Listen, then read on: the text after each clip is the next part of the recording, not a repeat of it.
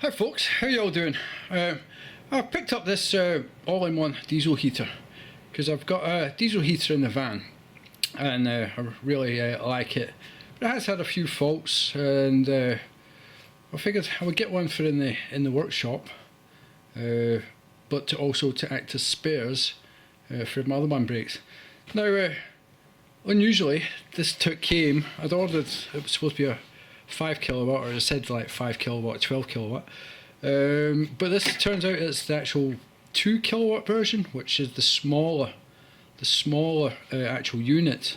So it's the spares, although most of the spares will be compatible, and it would straight swap into the van without much hassle. I just have to put in a pipe reducer or enlarger to get this 60mm pipe up to the 75mm that the van takes. But seeing as I've got the unit, I thought I would just take a look at it on camera. I've already noticed it's got a few flaws, but like all these units do. I mean, they're cheap. I think this worked out altogether. It was $79.99 off eBay. But with all the spare parts you get for that, I think it was well worth it. It's got the control units and the actual height, but we'll see when I take it apart, all what's inside it. But yeah, remote control for the thing, small fuel tank. So this is the Lone Ness branded one, and it is a nice, neat, small unit. It's altogether it's not very big at all. And I say it is the all-in-one, but see, it's just under 11 inches tall by altogether just around 14 inches long. So it is pretty tiny. So along with the unit itself, you get the usual pipes, exhaust pipe, with all the clamps and stuff, the air intake, this filter. I've noticed something weird about this. If you can see through the holes here, it's got foam there, but if you look in the top, it's just straight through. So they've actually gone to the effort of putting a foam filter in it, but not covering the top end. So the foam is kind of a bit pointless. You can see it in there. Crazy, but that's what they expect from these kind of things. And along with that, it's got the muffler as well. And this cable, probably not the right thickness, the gauge wire, but so this is to connect your 12 volt battery to. And the handy thing about this is it's got these little things on the back, little knobs on the back. You can just connect this to, and then connect the other end to a leisure battery or 12 volt battery. So whilst we're here, we'll have a look at some of the other things I'm not too happy with. I don't like the way this fuel pipe comes out or goes into the burner. Obviously this will be your air intake for the combustion, and then there's a fuel pipe going in, but they bent it so it's pointing out this way, which brings this rubber plastic pipe quite close to the exhaust. If you see that, that's really pretty close. I wish they would have bent it a bit over so it came across more up that way. And then you've got this hose, which I guess you could tuck in, but currently it's just rubbing against this kind of sharp metal edge. That was tucked in. If it was tucked in like that, it might be a bit better. And then the other thing is it's got the side screwed on. It's really quite solid, apart from these ones through here aren't doing anything at all. Same both sides. So you just need a bigger screw, or just a small bolt and nut on there instead of these. Another thing is this plug here. I preferred that was tucked in up out the way, which we'll be able to do when we take it apart. The remote control's just hooked on there, that's fine, you can take that off. Now the other thing I'm not too impressed about was it was advertised with a different display than this. It was advertised with the same one I've got in the van, which is this kind. and that would actually fit in there and look proper, whereas this one doesn't quite fill that space. You can see it's either side. Not too much of a, well, provided it works, it's no inconvenience really, but it just affects the look of it. But yeah, that's it for the outside. So we'll get it popped apart and we'll have a look inside. So to take this cover off, it's just this metal bit in the middle. You just need to remove these screws all the way around. So we'll get that done and then bring you back. So now that's all unscrewed, I'll just take the fuel tank lid off, make it a bit easier, and then I can just slide this plastic cover off and then have a look inside. So inside, you can see here, we've got the actual burner unit there, which is just the same as the ones you get that are just separate, just one of them built inside a cabinet. And then we've got the power cables here going to the pump, and the main one going to, that'll be the one going to the display. You see, we've got the fuel pipe here coming out of the tank. There's no clips on this. I would prefer that had clips on it. Also, there is no fuel filter, which is quite unusual. See, all the other units I've had came with these type fuel filters, which probably would have been able to fit in there, would have been tight, the way they've got their pump, because that's your fuel pump there, the way they've got that sitting. Also notice the fuel pump is sitting horizontal, which most things suggest they sit about 30 degrees or higher in the upward position. So we've got the fuel coming out of the tank, straight into the pump.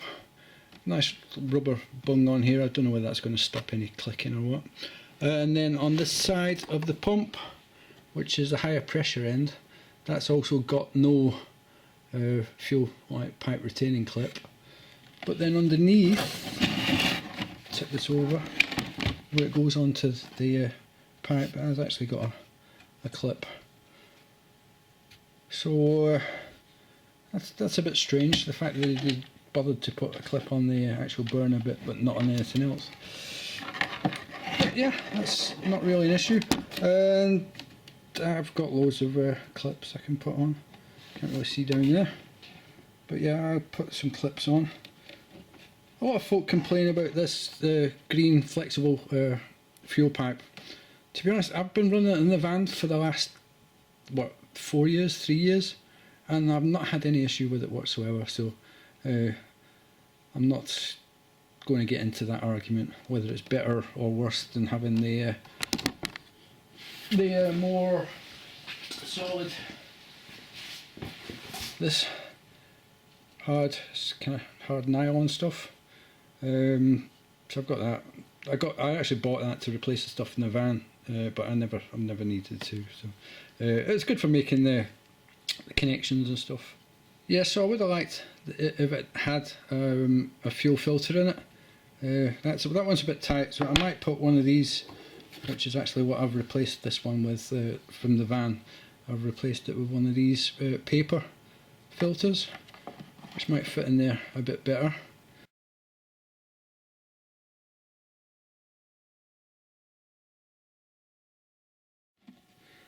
Okay, I've got that connector block there. That will fit just up in there. Just hopefully not cause the machine to make too much extra clicking noise. So we'll get the side back on, and then I'll fill it up and we'll give it a test fire. I'll put the pipes on and stuff. So now I'm going to see about fastening the exhaust and stuff on the bottom. I have bent this pipe over slightly, just so it's a bit further away from the exhaust, and took that cable up in, sorry, not cable, pipe. Took the pipe in a bit so it's not rubbing on this edge. The same, although I might actually put a piece of edge protector on that. I'm pretty sure I've got some of that somewhere. Right, I've got these pipes on just now, just temporary, and then once I've tested it for the first time, I'll probably cut down this, well, it's a bit like this, a long clear bit. I'll probably cut that down just to fit just over the nozzle, and then it's a flexible pipe. But this comes down too far below the legs for this to actually sit on its own legs. So if I was to bend it where it came out, it would crush the pipe. I might still have to put some leg extensions on it to enable it to sit just on the ground without sitting on top of anything else, which I guess these kind of things are for. So we'll get this on the workbench and get it fired up. So I'll just stick some diesel in it.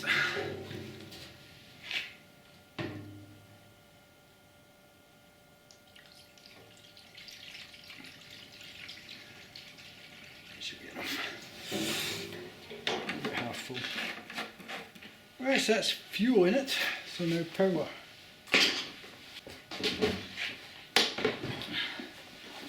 So to power it, I'm just going to use this little jump pack. Okay, we have power. And I don't know how this display works at all. I might have to check out the instructions.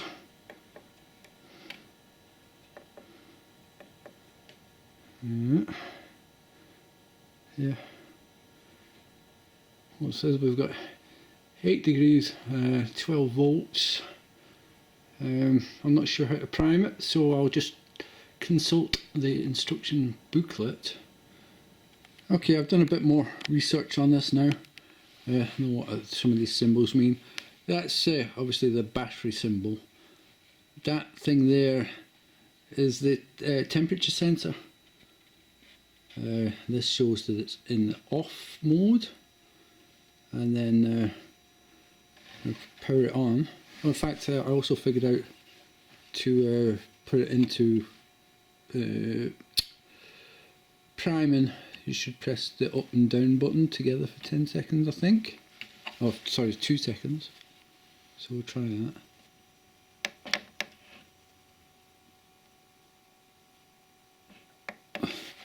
Not the easiest to do whilst filming. Right. That works. Right, so yeah. To prime, just press it up and down for 2 seconds.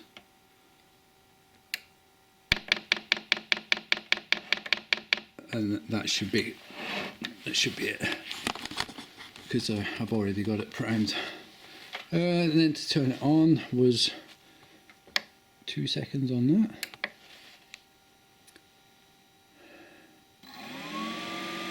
And then obviously that's the fan symbol. Then this is the glow plug symbol.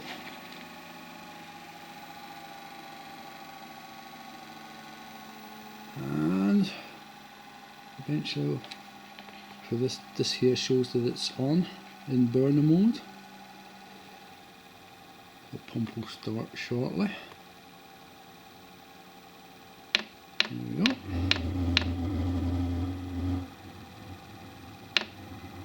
And that's the pump symbol. It's just making a bit of a funny noise because it's got a bit too much fuel in it at the moment, I reckon. But it should be kicking into burning mode.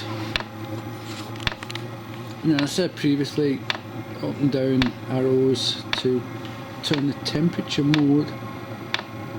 I think this is the manual mode, which is the power levels 1 to 6.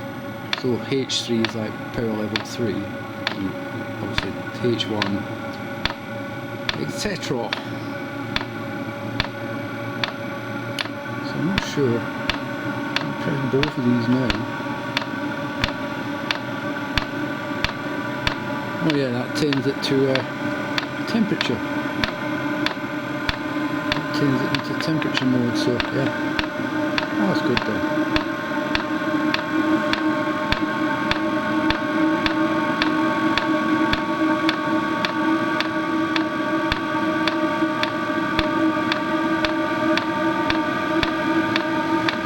Nice bit of heat coming out of that. I don't know if I can turn that back just now, although I have to wait till it's on.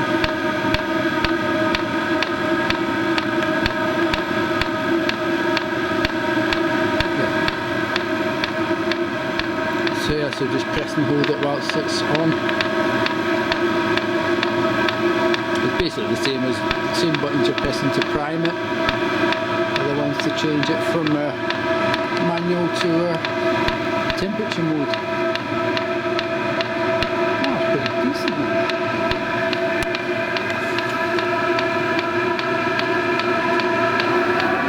So I noticed the tank is leaking, and you see just where the screw where that screw goes through is right into the side of the tank. It's a bit crazy, isn't it?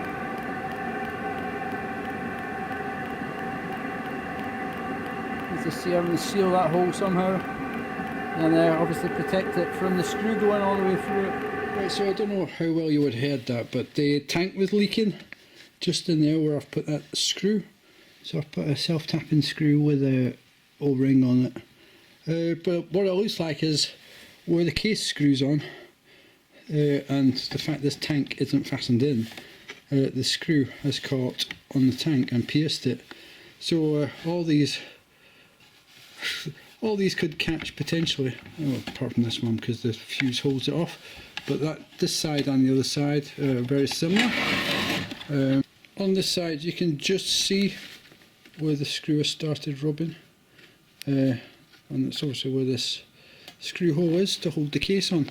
So what I've done is I've taken the original screws, which were like this, focus, and I've just ground the points off them. So they look like, so they just look like that. So hopefully they'll not pierce the tank anymore. That self-tapping screw and the O-ring on this side seem to be sealing it pretty well. There's not been any more leaks since.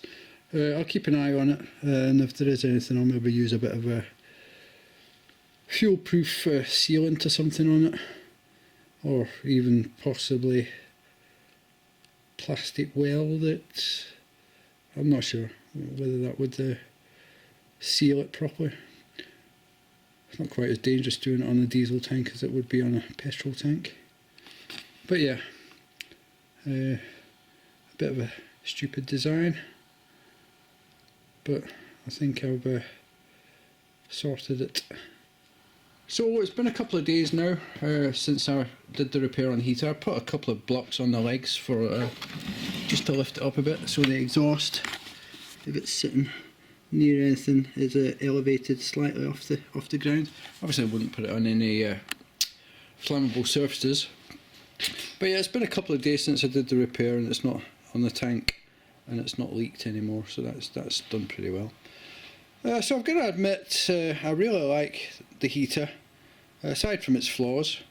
These heaters do have like a cult following, like you're either into them or you're not. And I think you do have to be kind of mechanically minded and competent to do running repairs, and just generally just understand how they work, and then you can figure out what's going on with them if they do go wrong. Because they're not perfect, far from perfect in some ways, but at the same time they're really cheap, and if you can figure out how they work and figure out what's going wrong, they're not that expensive to fix and get going again. And they do give out a great heat for a limited amount of money, really, if you run it on the cheap diesel, which actually isn't that cheap at the moment. But anyway, yeah, that's just a look at this like all-in-one heater, which I've got to say I really like. So I better put it back together now, and then I can use it next time I'm working outside or here in the shed, just to give me a bit of extra heat. So obviously it's not going to heat all this shed because it's absolutely massive, so I just use it for heating the area local to me, like for instance when I'm working on the quad bike or something in that area. Poke the exhaust out the door and just have the heat directed towards me, just so I can go and warm my hands on it occasionally. But yeah, there's no way it's going to heat all this shed, but it should give me enough warmth to keep me comfortable whilst I'm working outside or working in here. Alright, so that's it. Thanks for watching. Bye for now.